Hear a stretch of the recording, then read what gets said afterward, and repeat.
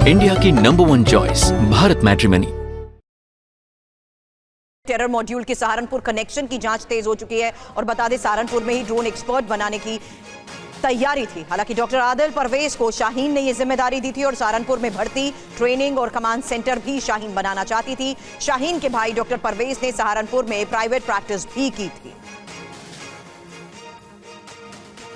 अभिजीत इस वक्त हमें ज्वाइन कर चुके हैं। अभिजीत, अब किस तरीके से एक और कनेक्शन को लेकर जानकारियां सामने आ रही हैं, क्योंकि ऑपरेशन हमास को देखते हुए आज जिस तरीके से बड़ा पर्दाफाश हुआ है उसमें सहारनपुर में ड्रोन एक्सपर्ट्स बनाने की तैयारी के बारे में क्या खबर?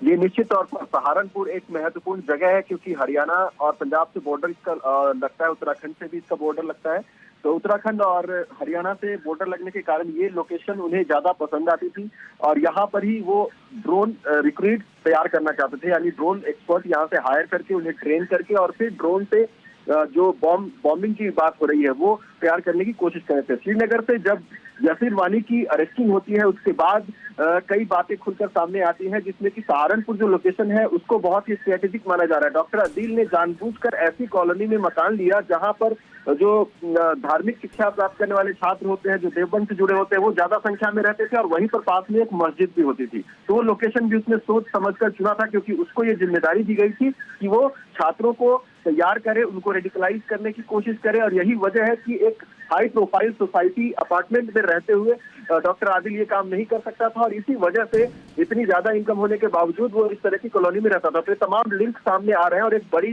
जानकारी और सामने आ रही है कि जितनी भी गाड़ियां इस मॉड्यूल से बरामद की गई हैं, अभी तक इस मॉड्यूल से संबंधित गाड़ियां बरामद की गई हैं, उसमें से आधा दर्जन गाड़ियां सहारनपुर के आरटीओ से रजिस्टर्ड थी। अब जो एटीएस है वो इस बात की भी जानकारी जुटा रही है कि क्या इन गाड़ियों का इस्तेमाल जो विस्फोटक है उनके ट्रांसपोर्टेशन में हुआ था और उसके बाद इन गाड़ियों को खरीदने के पीछे उनका असली जो मकसद है वो क्या था। तो इन तमाम एंगल से जो है वो एटीएस लगातार हर पहलू पर अब जांच की जा रही है। अभिजीत ठाकुर हमारे साथ जुड़े थे, बहुत बहुत शुक्रिया आपका। इंडिया की नंबर 1 चॉइस भारत मैट्रिमनी।